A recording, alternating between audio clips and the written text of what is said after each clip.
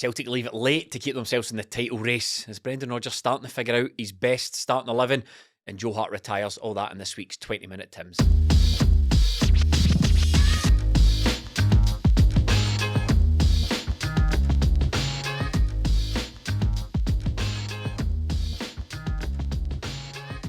Stephen, Melly, Celtic left it late this week, but the title race ticks on. It is not over, Martin Melly, not by a long shot. No, better late than never, but this kind of felt different, I think Celtic in the first half were really poor, so we're expecting the same from that, and I expected when Celtic went 1-0 down, are we going to get 2 goals to get back in this? But second half was much better, and it felt like there is Celtic in there, so again, in late February, let's kick on from here, lads. If it's in there, we'll find it. Stephen, I've been saying all season that teams don't just click into gear. And if Celtic are going to win this league, well, I've not said it all season, but I've been saying it for the last couple of weeks. If Celtic are going to win this league, we're going to have to scrap, we're going to have to fight, and we're going to have to just claw our way over the line, keep it within touching distance of Rangers for as long as we can, and see if we can't pounce on any mistakes that they make or pounce on them in the games that we've got coming up against them. But there was something about that second half that gave me a lot of encouragement. Yeah, big time. I think it's like the way you end the game can be very important when it comes to the confidence, because I'll be completely honest here.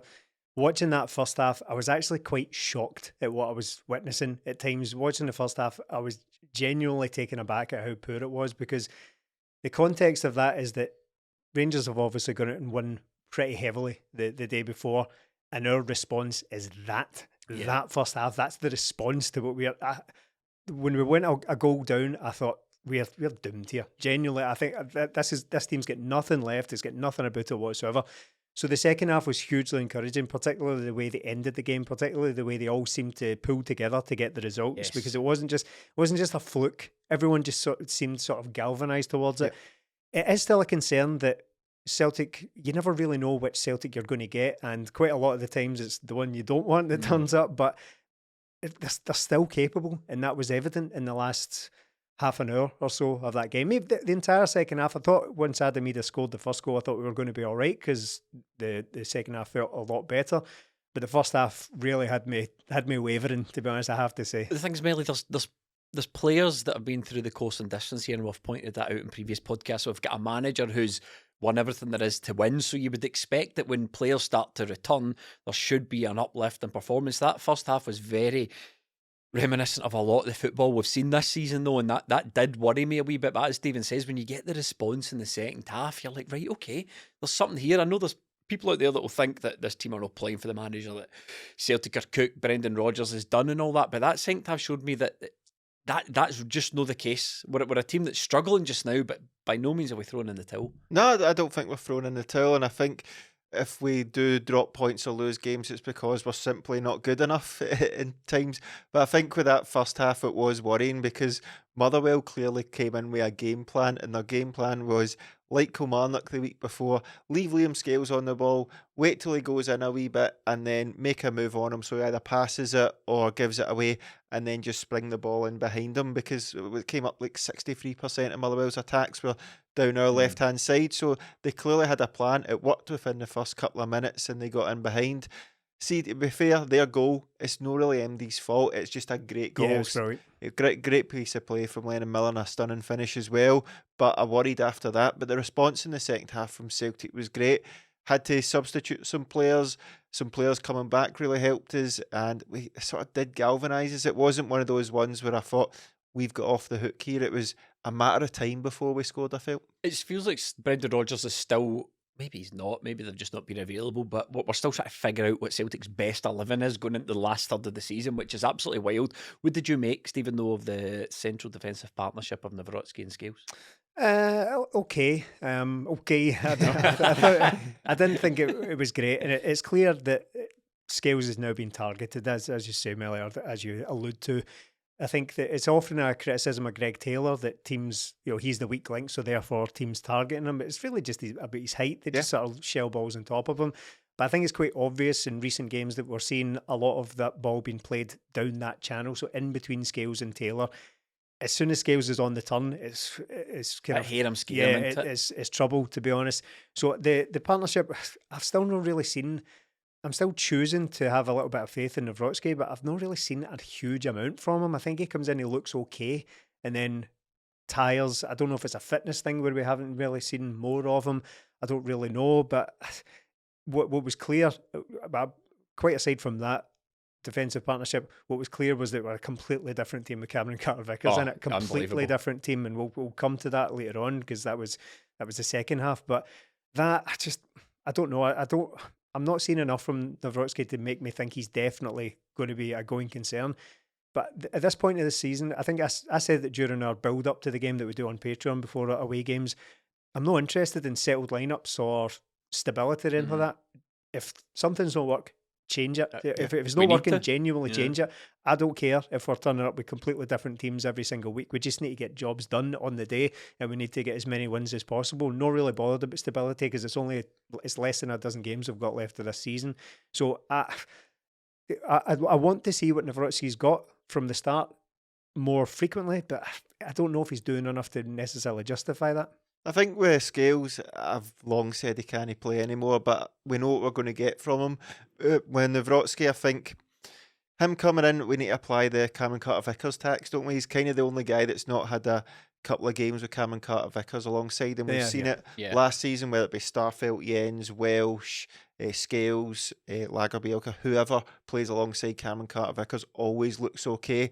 But when he came on, Celtic just seemed to settle down, and Motherwell's attacks didn't seem to happen as frequently. So for me, going forward, Johnston and Taylor coming in made a massive difference, as we've seen in the goals, and it meant Celtic were better on the ball. Carter-Vickers coming back made a difference, but also NAWROCKI can pass the ball. So I think that back four going forward would give me less fear, but I just don't know if it will happen. I think Brendan Rodgers is kind of thinks Liam Scales has got it and he's left-footed. No, I just don't see it, to be honest. But that defence coming in looked a lot stronger, and IWATA in front of them as well made a difference. Very reluctant to change his back four, isn't it? It tends to be enforced changes. So we changed the full-backs quite a lot, but it's because of injuries. Yeah. They've both had pretty bad injuries recently. Other than that, it tends to be the same players that play if they're available. So I don't think I see him changing Scales at this point of the season. I think it seems like too much of a risk from Brendan Rodgers. So is there no something in that though? I know we've all had made our thoughts clear on Liam Scales, and Melly says you've got the Carter-Vickers tax. So when Carter-Vickers is in there, things immediately settle down a wee bit.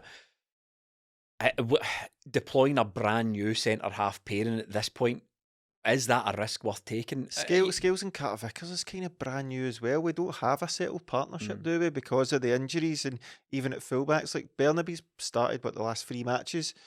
Taylor comes back, he's not even on the bench, so that shows what Brendan Rodgers thinks about him. And I think the fullbacks coming back, we kind of need a settled back four there, but it's just not been possible. And I think with Celtic now, I think with the back four, with Carter-Vickers come back, hopefully he stays injury free, and I like the look of the midfield as well. So it's just, like you say all the time, we sort one problem, so the fullbacks are back, brilliant, then something else becomes the problem. One thing I've noticed about this Celtic team recently, and I noticed again against Motherwell, was see all the sort of experienced players, all the level heads, all the players that have been through the course and distance, they are starting to rise to the top ever so slightly.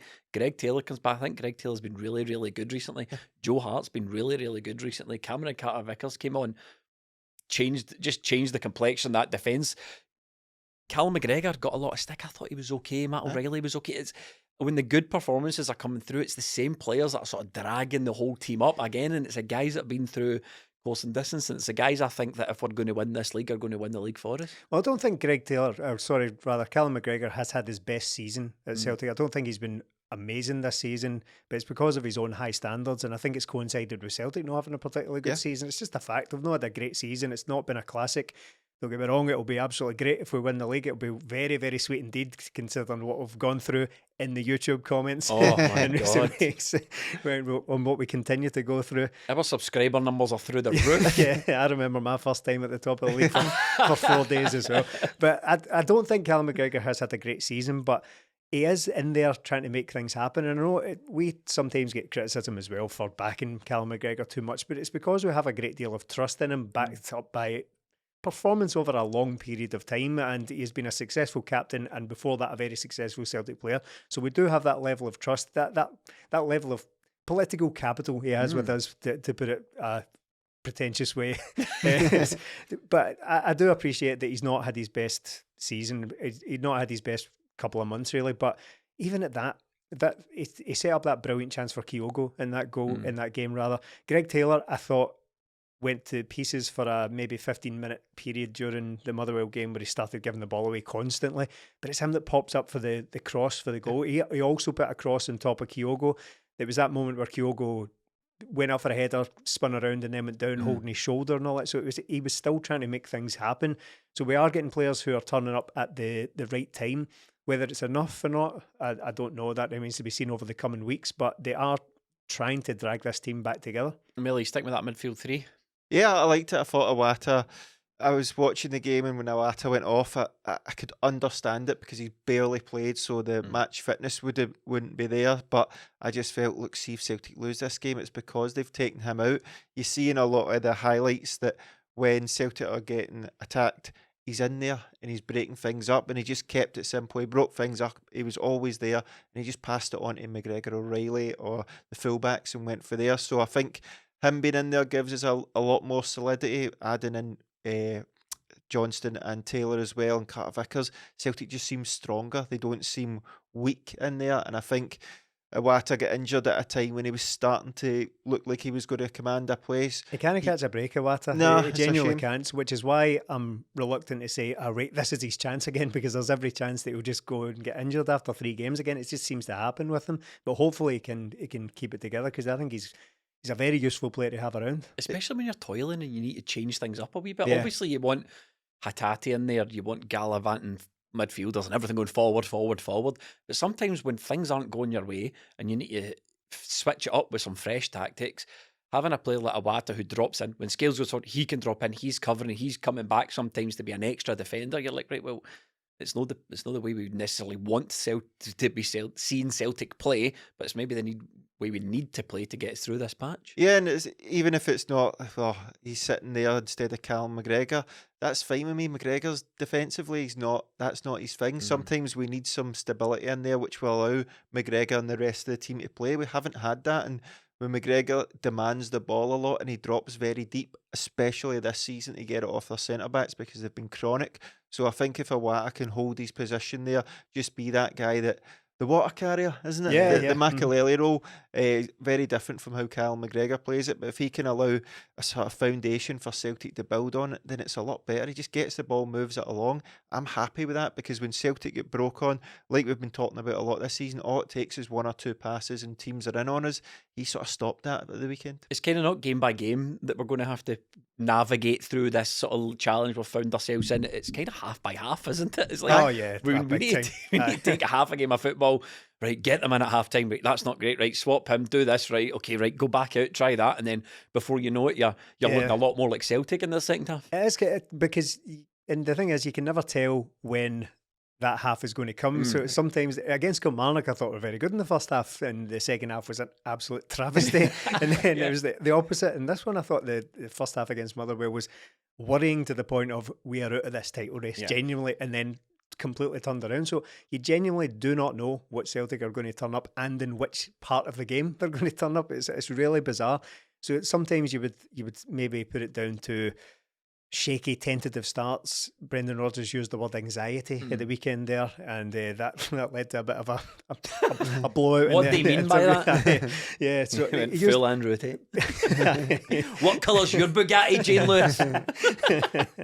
Dear Lord, what a sad little life, Jane. Wow, you've ruined my interview so you could get the attention. I hope it makes you very happy. All the decorum of a reversing dump truck, Jane. The internet took that well, didn't they? Jesus Christ, man. But he used the word anxiety, and I think that's true. So you think, right, well, maybe that we're just making slow starts, but it wasn't the case against Kilmarnock. It was a slow start in the second half. It's just so unpredictable. It's a really bizarre team when you think about it. Just a really odd team to get a hold of. But I've never seen anything like it. I was thinking, especially after like Brendan snapped at that interview there, I was wondering to myself, I was like, has Brendan Rodgers ever really been under pressure like this as a manager before? Now, he's obviously been in high pressure situations, but you come to Celtic, you win nothing the first season, you're wiped. I mean, that's it. It takes a lot to recover from that. I personally, if that happened, would give Brendan Rodgers a second season at Celtic, provided things changed elsewhere. Give him a second season, give him a second season, shit, right? Provided things changed elsewhere. But externally, if that was to happen, but for Brendan Rodgers, when it went south at Leicester, there was loads going on. It was kind of the writing was on the wall a wee bit there, and I just wondered if I could see what he's trying to do. I could see that he's trying to build a sort of culture around Celtic. He's trying to build a wall around the team. It's them versus they. That lot out there have already said the league's over. And to be fair, he's bang on. A lot of people have basically crowned Rangers champions already. Lord knows the fans in our YouTube comments think they've won the league already. So I can kind of see what Brendan's doing there, but he must be in a high pressure situation. He is. He's in a high pressure situation because he has to win the league. There's no two ways about it. And look, he's brought in, he's paid a lot of money, and it was just sort of looked upon that he'll come in and continue the good work, but it's not worked out like that. And I think this is a very big if Celtic do win this league, he might be able to look back on it and go, well, look at the Kilmarnock game there where I've got Ralston, Welsh, Scales and Burnaby in the defence. What am I meant to do with that? And look, that's fine, but it's not just been that. There's been a lot of games this season where Celtic have had their better players and they haven't looked great. So I think the second half, again, it has to be the start of something. It has to be, look, that first half's not acceptable, the second half is, but he's already said this season that it was the angriest he's ever been at half time, and that was months ago, and we haven't seen the sort of reaction. So I think he's got to just go, right lads, this is where we are now. I will back you as far as I can with this. We're in this together. Let's go and do it for these 12, 11, 10 games and go out there and just get the win by hook or by crook. I think that's where it is, Stephen, because I've got to be fair to Brendan Rodgers. Every time I hear him post-match, he's not doing the thing the trap that other managers fall into, naming no names, that we've had during the course of this podcast, is you'd watch a team be absolutely crap and they would immediately come out, and the way they would defend their team would go, I thought we were exceptional today. I thought we were absolutely brilliant. He And doesn't you think, come out and you don't go, what are you talking about? Yeah. Apart from the bit at the end. And you're watching that going, don't take the piss out of us. Brendan Rodgers comes out and goes, we were anxious in the first half. The distance between the passes was too much. We had to tighten that up. I had to tweak a wee thing here and change a wee thing there. We came out for the second half. We looked a lot more like ourselves. And to be fair to Brendan, I'm watching it going, you're right. That's how I viewed the game as well. It's quite often possibly unfairly framed as throwing the players under the bus, but I don't know if I necessarily see that, because I think Neil Warnock came out at the weekend there and started literally naming players that weren't playing well enough and all that. I'm here, honestly. Brendan's equal opportunities. He just says the whole squad isn't good enough and has no quality. So I get it. I think it is of value to come out and actually be honest with the fans after the game, because we do not need to be told, oh no, this was excellent. He started to drift into that with his talk about how this is, in any other country, this is actually really good form we're in. At that point, I was kind of like, oh, come on, pull the other one. We're really padding this with Bucky Thistle games and all that. You saw where he was going with that up until the Kilmarnock game. See, if we'd won the Kilmarnock game, all that stuff may have stacked up a wee bit. But if he goes, listen, it's not as bad as you think. Look, honestly, blah, blah, blah, blah. The Kilmarnock game's a damp squid. Yeah, it's a damp squid. Yes. So, I do appreciate that he's coming out and trying to be honest with us. I wouldn't personally, it would probably be unusual for a manager to come out and use the word anxious or anxiety about a team's performance. And then he didn't really like it when he was challenged and asked to elaborate on that. He just sort of left it out there. But I'd rather have that than just be told that everything's fine and we've won trebles 6 or 7 years ago and all that kind of stuff. He's not doing that, thankfully. What about his wing problem, Melly? He's got a wing problem. Sure does. It is a wing problem. We've sorted the fullbacks now that hopefully Johnson and Taylor are back, and they were the creators at the weekend, but the wide players were really poor. That's Celtic whack-a-mole. That's what it is. They fix one thing, and the defence, that should be that sorted now. Now you've got the wide players, and it's been a problem all season because we've a lot of our goals for Celtic, when you think of the big moments for Celtic, it's usually been O'Reilly to Kyogo, and it's been through the middle where we've got it.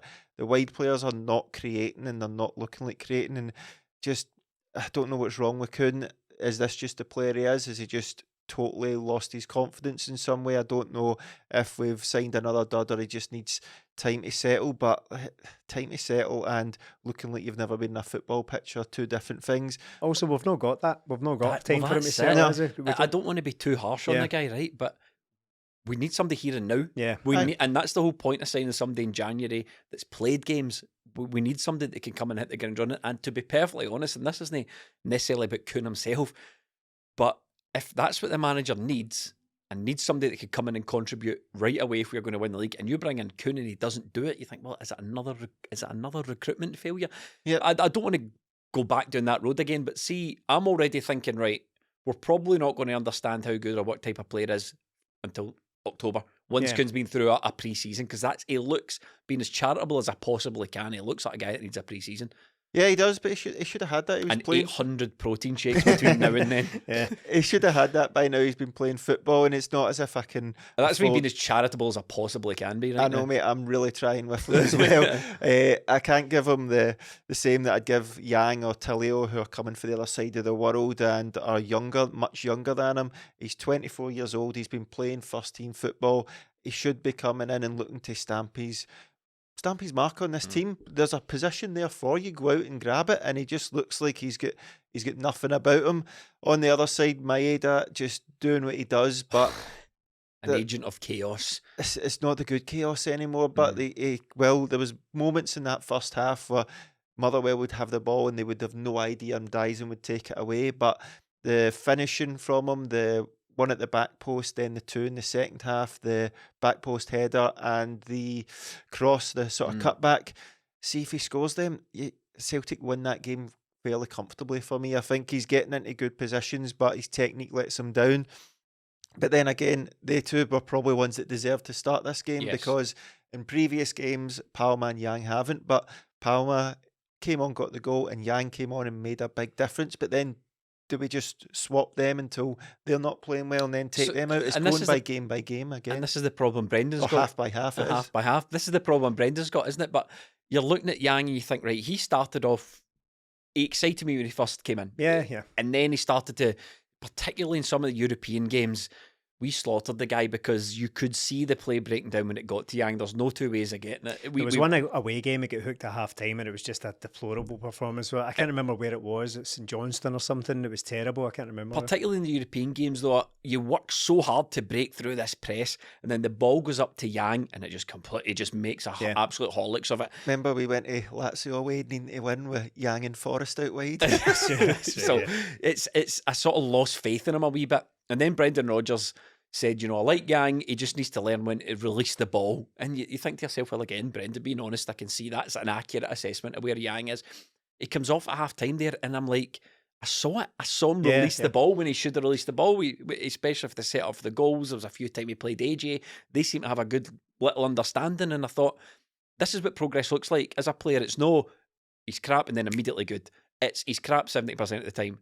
Then he's crap only 60% of the time, then 50% of the time, and he's still making mistakes, but that half, there was less mistakes, and I thought, that's the Yang that can cause problems. Yeah, well, I think Yang's clearly got something about him. He seems like a very talented player, and in a season where we've complained constantly about not taking players on, he is at least capable of doing that. But the trouble is, we've been here before with several players this season, and I think Yang's definitely got something. I think Brendan Rodgers seems to like him, but we might be edging into Haksabanovic era, like sort of area with Yang. Not in terms of, there's nothing I like as players, but what I mean is that he kept showing glimpses coming off the bench and really impressing, to the point where we're crying out for Haksabanovic to start, and every time he did, he disappointed.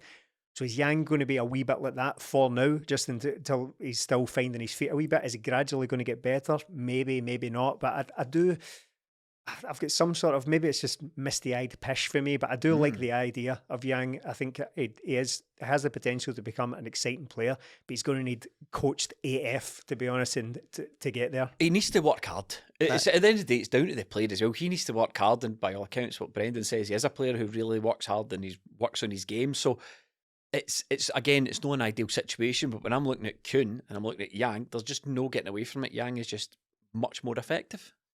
Yeah, but we've seen how ineffective he can be.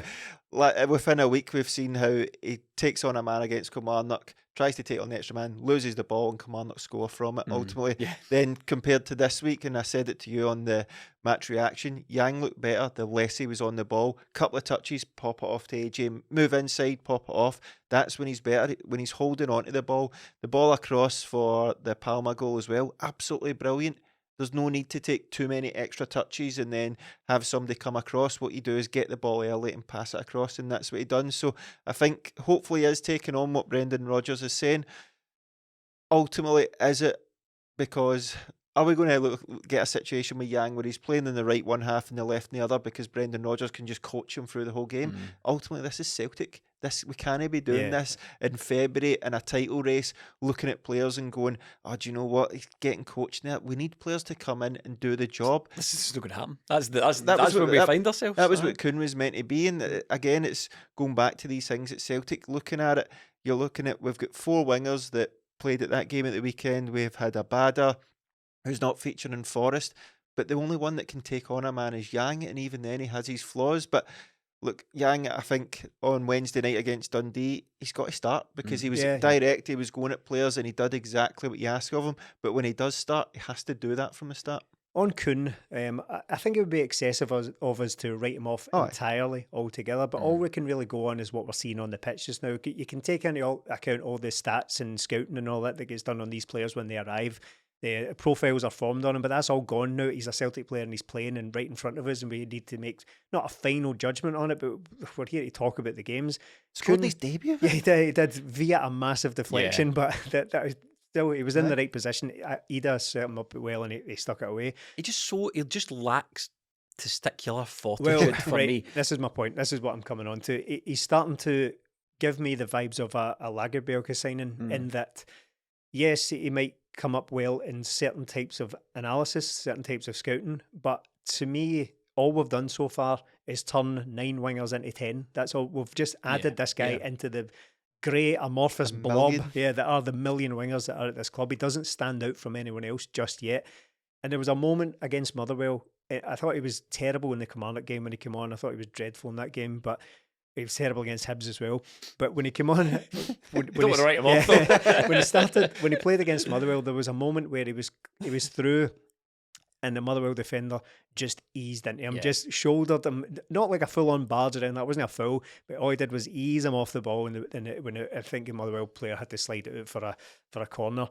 And I thought to myself, right, well, what people often say in these situations is, oh, he's got to be stronger there. You can't just choose to just be stronger there. He is what he is. He is the size he is the weight he is. You can't just choose to be stronger than a Motherwell player.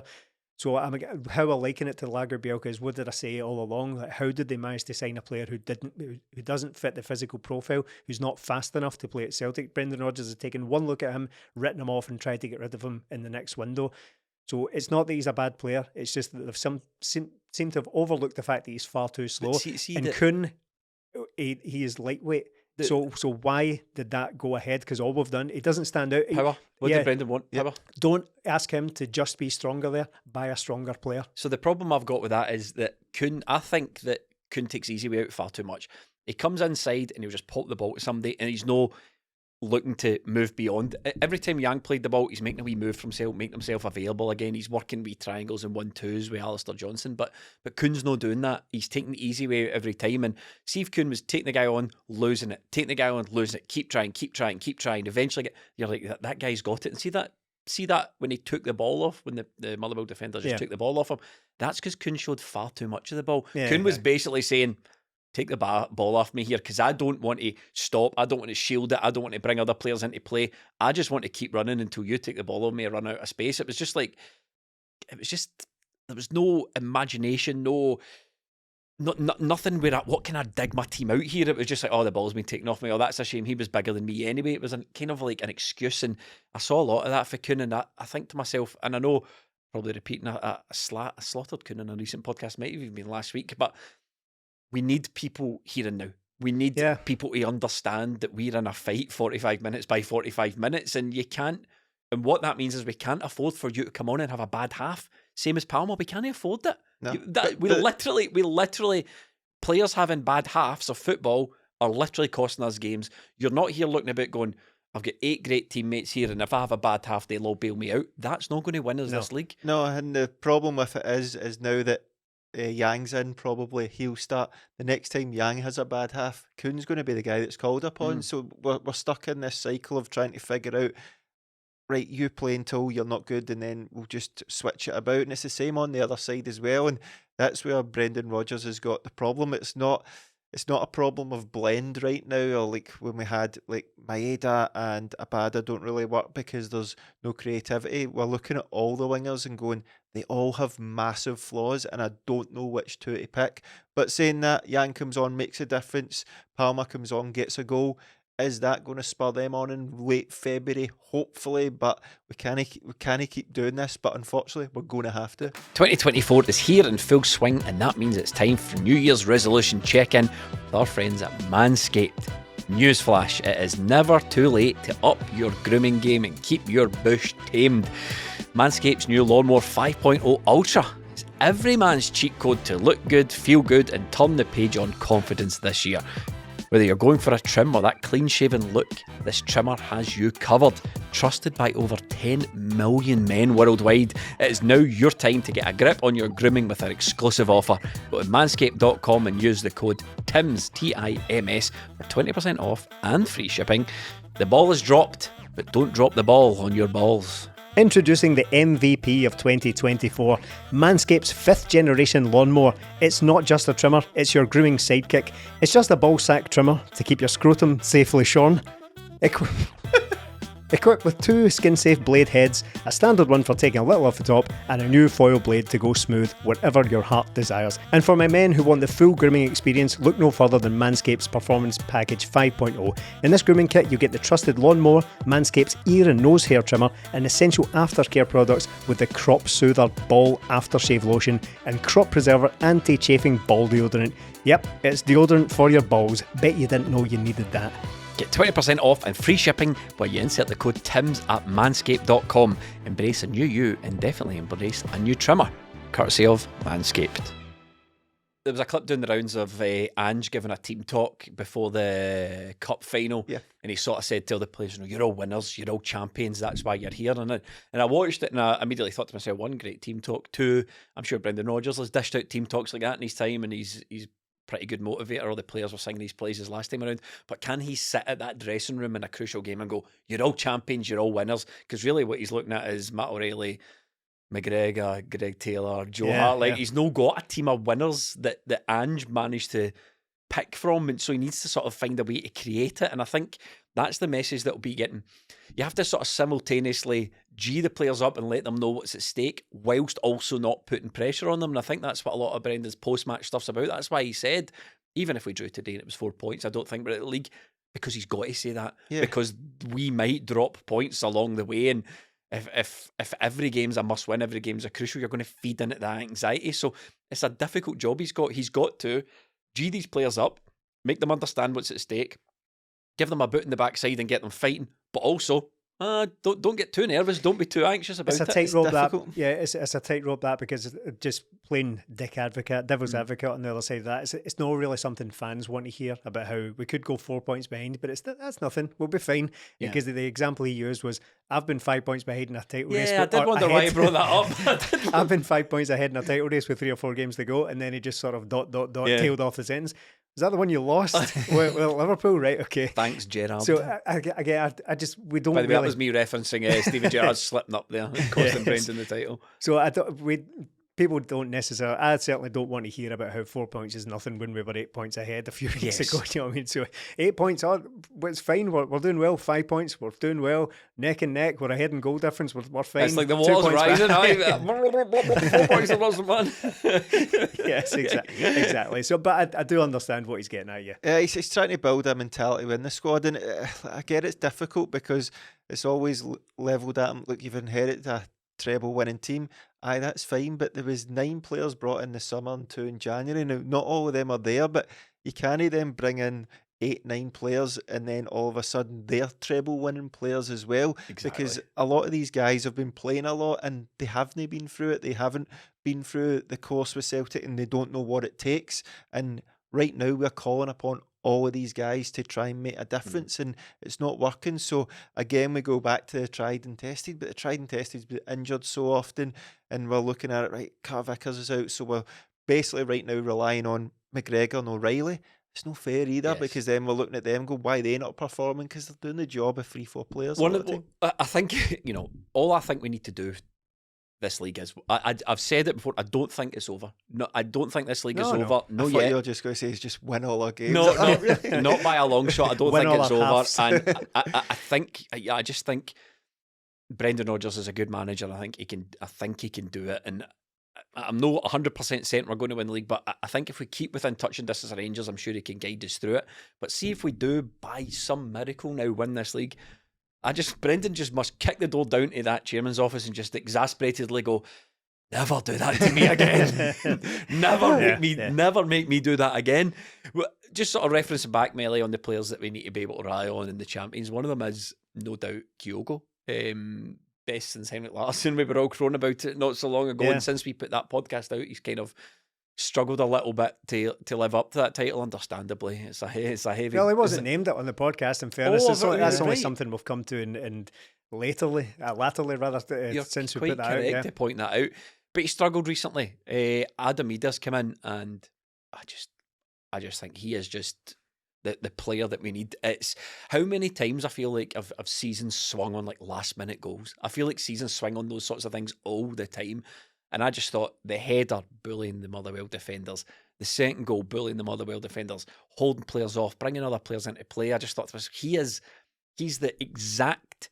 If you asked ChatGPT to build you a striker for the game that you needed for that game, it would spit out Adam Idah. He was exactly what we needed. Oh, definitely. And I think it was calling for it for not the first time, but during that game, I was just looking at Kyogo going, mate, come on. Yeah. Because all season I've been trying to say, look, the players aren't creating anything for him, but he just looked like he was half pressing, and he just, not that he wasn't asked, he was just not quite up for it, or he wasn't going to try and make his own luck, whereas Adam Idah comes on and makes his own luck. A wee nudge to that defender up for that header. He gets in front of the other defender for the second goal and just gets ahead of him. He was making things happen himself by getting in there, making himself a presence. Kyogo can do that in other ways. Celtic haven't quite been finding him, but you have to be in there and you have to be making your own luck. And Adam Idah did that. I didn't think Kyogo did do that. And when he went down with that injury, I thought he's just kind of looking for an excuse here. But I think it just wasn't a game for him. But we've seen too much of that this season. I think with Adam Idah on there, he's a presence there. It meant when Greg Taylor and Alistair Johnston got the ball, they had an option in there. They put the balls in and they didn't really need to think about it. It was, he can get ahead of these guys, and Kyogo wasn't doing that. Kyogo will be fine, I'm sure. He'll be back, he'll score great goals, and we'll all be that. What were you worried about? Nothing. But Adam Idah made a difference, and it's what Brendan Rodgers talked about. You mentioned it already. That power, he brought a bit of power to the team. Carter Vickers comes on, and Motherwell barely get a sniff after that. Alistair Johnston and Greg Taylor offer something different, but the wide players, the wing-backs even, created two of the goals. Whereas last week with Ralston and Bernaby, that's not going to happen. And I think IWATA in there gave us that power, that spine throughout the team of Carter Vickers, IWATA, Idah, O'Reilly, McGregor. Got Celtic through that game. And when you've got your fullbacks coming in and actually putting balls in, and then one winger doing okay, it made a massive difference for Celtic. So we just need to keep this bit of physicality, this bit of strength about us. And for me, IWATA stays in the team for the next few games, and so does Idah, because I think it just made us so much better. Norwich reject, Stephen. Yeah. Is he? Yeah, I've been a bit puzzled by the reception, or rather the perception of Adam Idah. There seems to be a bit of a belief, and I'm only kind of going on comments we see in Discord and we see online and stuff like that. There's a perception where people seem to believe he's some sort of like big plan B target man, a big lump you just stick up front and hope for the best. But I think honestly, couldn't be further from the truth.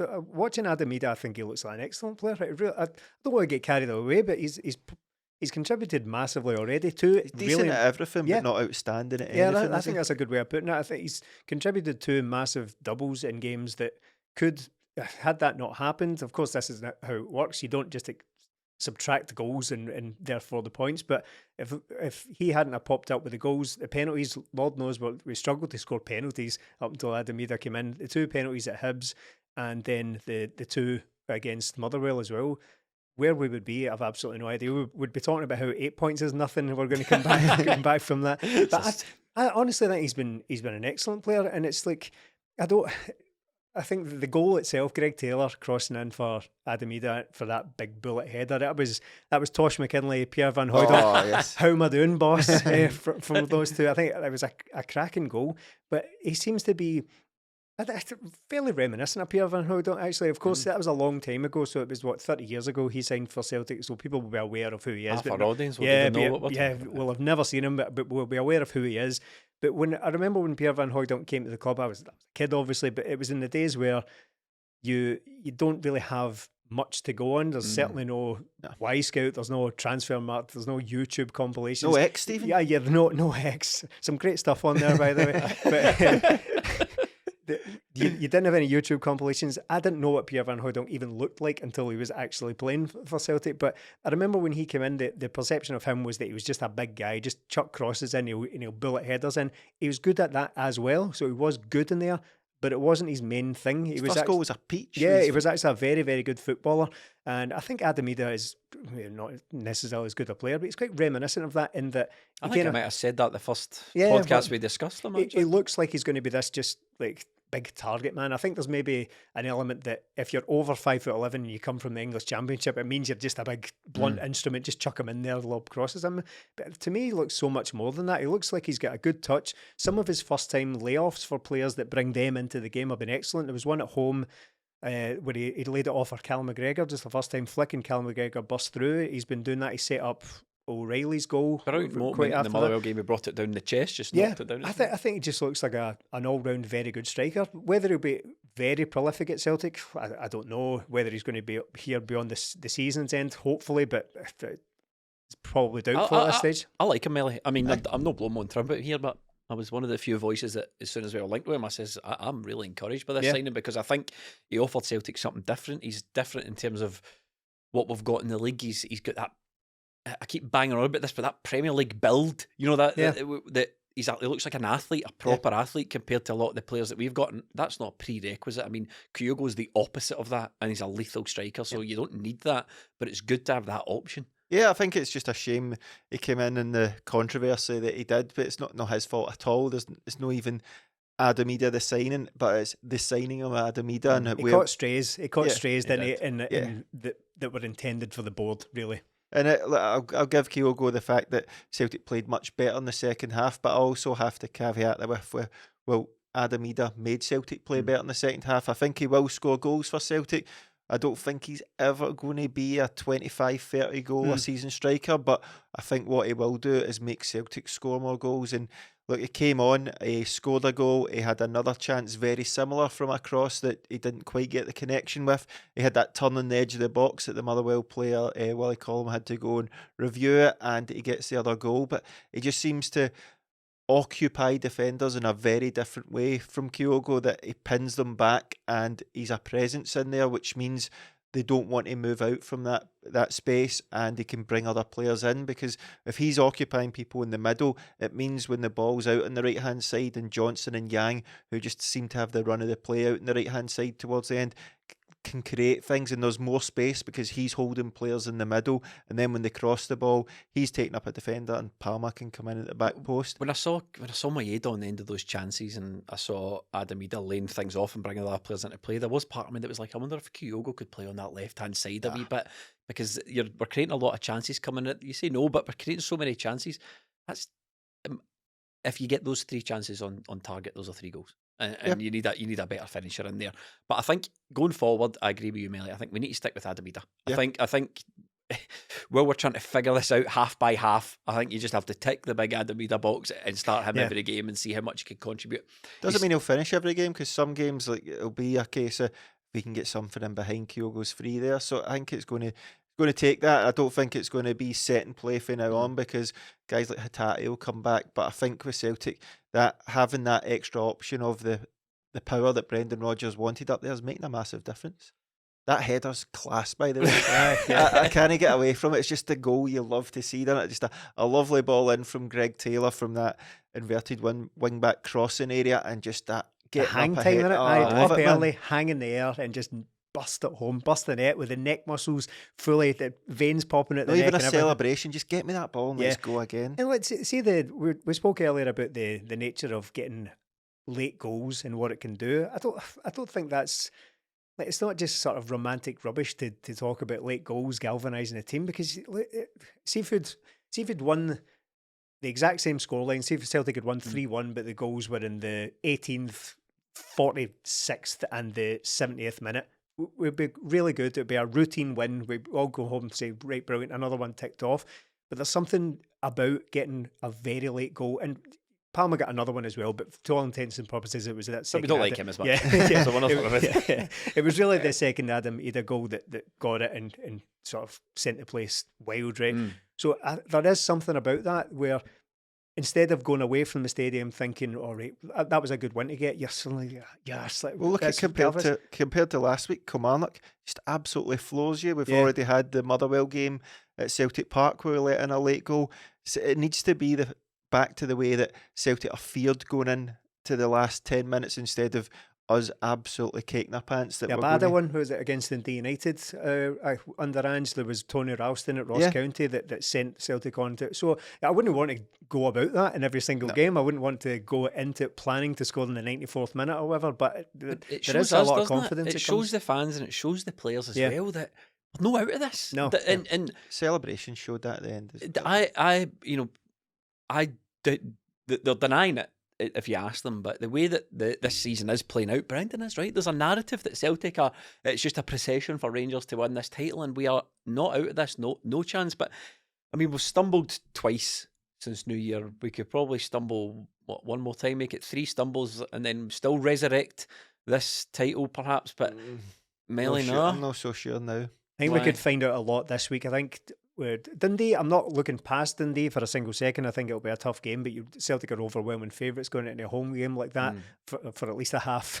So we'll find out if they get the result. But with Tynecastle on the horizon, I think we'll learn a lot from that game, because if we play the way they did at Fir Park in the first half at Tynecastle, I think we could be on an absolute hiding. And I know they just got a heavy beating at the weekend, but there's something about the Celtic versus Hearts at Tynecastle fixture that seems to turn them on. There's no two ways about it. That's the biggest game of the season so far. Yeah. Probably. Just the way that things have panned out. The Dundee one for me is the biggest game because Celtic have struggled at Celtic Park recently and they just need to go out and win. You think that's a bigger game than the Hearts game? Yeah, because it's the next one. And if we'll find out, I suppose. If we draw the Dundee game, then... We're drawing the Dundee game. Yeah, but we did only draw Kilmarnock last week and we did it. So I get your optimism. I've seen it before, but with the dropping points again, if we were to do that before Ibrox and we fell further behind, we done this in the season that shall not be named, where it was still there's still 3 games against them, so we can claw it back then, and then there's still 2 games against them. That team, this is, people throw up the COVID season, and the form correctly has been compared to the COVID season, right?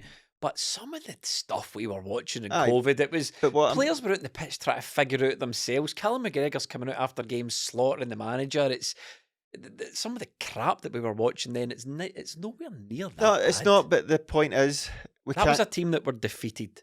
This team don't look defeated. No, That's they don't. The difference. But at the same time, you can't go into games. You can't go the be-all and end-alls. We need to beat them at Ibrox and we need to beat them at Celtic Park, because you can't go into that. I know we've beat them twice already this season, but it's different. We can't just put all our eggs in the basket of we'll beat them twice, because we need to win the games in between that. And quite simply, Celtic haven't been good at doing that this season. That's where we find ourselves where we are.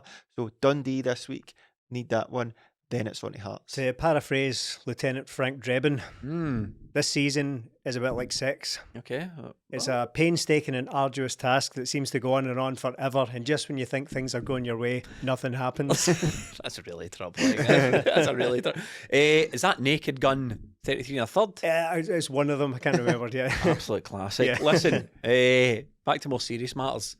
Joe Hart announces retirement at the end of the season. Lots of speculation about why he announced it on a weird podcast with an old man, but yeah, and he didn't say Celtic once. I don't think he kept saying this club I'm at. Very strange. Very odd. It was a weird way to do it, but he has done it, and he said, it ends a lot of speculation. There was people saying, well, what does this mean? Are we trying to convince him to stay? Or personally, I think there's probably meetings at Celtic Park where Brendan's going, right, new keeper required, and some bean counter somewhere's going, Well, actually, Joe Hart has still not let us know if he's staying to the end 5-year of the deal. season. yeah. So we need to keep that on the table until we know what Joe's doing. And Bren's like, look, any chance you could help me out here just by saying you're retiring so I can plan for a new keeper? I think that's what I'm going to head my bets on. That's a speculation. But Joe Hart is retiring. We need to give him a good send-off. Yes. We need to send him off the right way, as Greg Taylor said on Instagram. I think Joe Hart was an inspired piece of business for Celtic. Yeah, I've loved him. I have said this season that I think he's going to cost Celtic. That hasn't happened yet since January. So Weird way to show your love. I love you, but you're going to cost us. no, well, Get rid of him. I need a new. But all before Christmas, Stephen, what was Melly's war cry?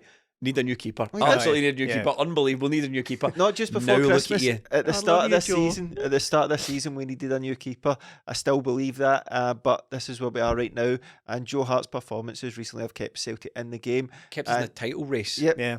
definitely. And I think I always say it, very rarely in football do you get to ride off into the sunset. But if MD deserves another title, if we're looking about that dressing room, all those players need to do is get that guy a medal. He deserves to go out in that, because what he brought to Celtic, you can't buy. That leadership, that been there, done it. He was the perfect keeper for Celtic at that time. Probably should have moved beyond him now, but that's not his fault. He's done his bit. He's got Celtic in there.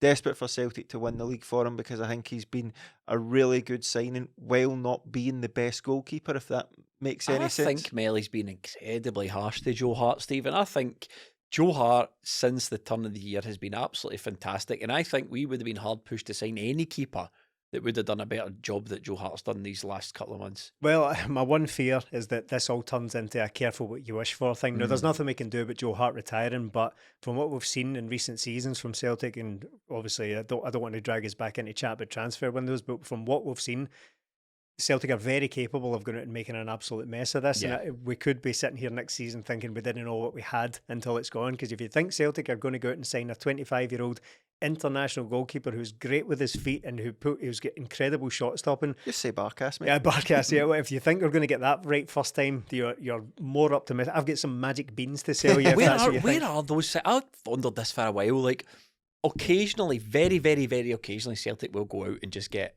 the right guy, a bit of experience, a bit of an older head, and you think to yourself, we did it with Aaron Moy as well. Yeah, Those yeah. type of guys are absolutely valuable in a dressing room. Like, see if we had more guys like that.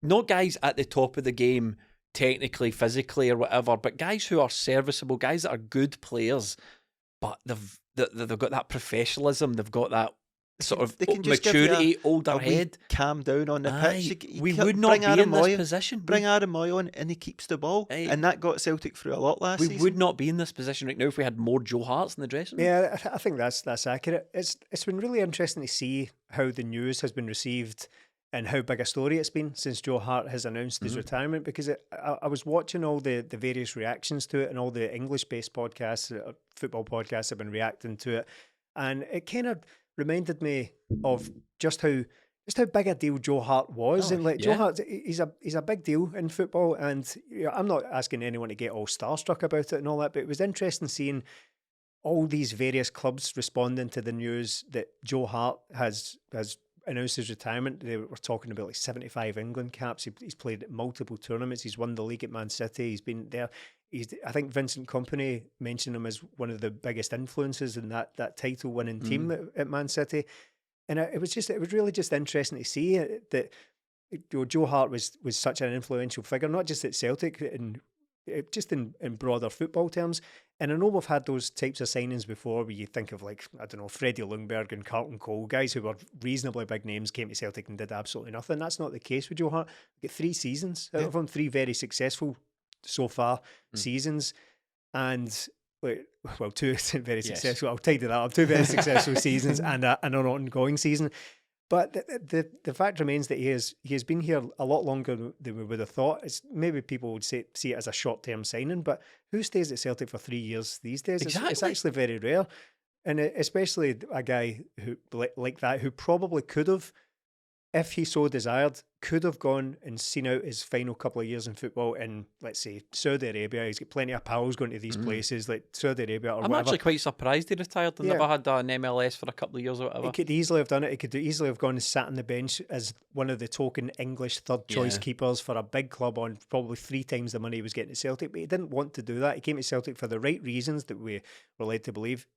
They were footballing reasons. He could have gone and get paid much more elsewhere, but he wanted to play, he wanted to contribute, and he wanted to, if not be the captain, he wanted to lead a team, which is what he's effectively done here. So is there another Joe Hart out there? Somebody that's kicking there'll be about, plenty. maybe sort of backup keeper somewhere for Spurs or whatever towards the end of his career that's sort of got a few England caps that we could pick up?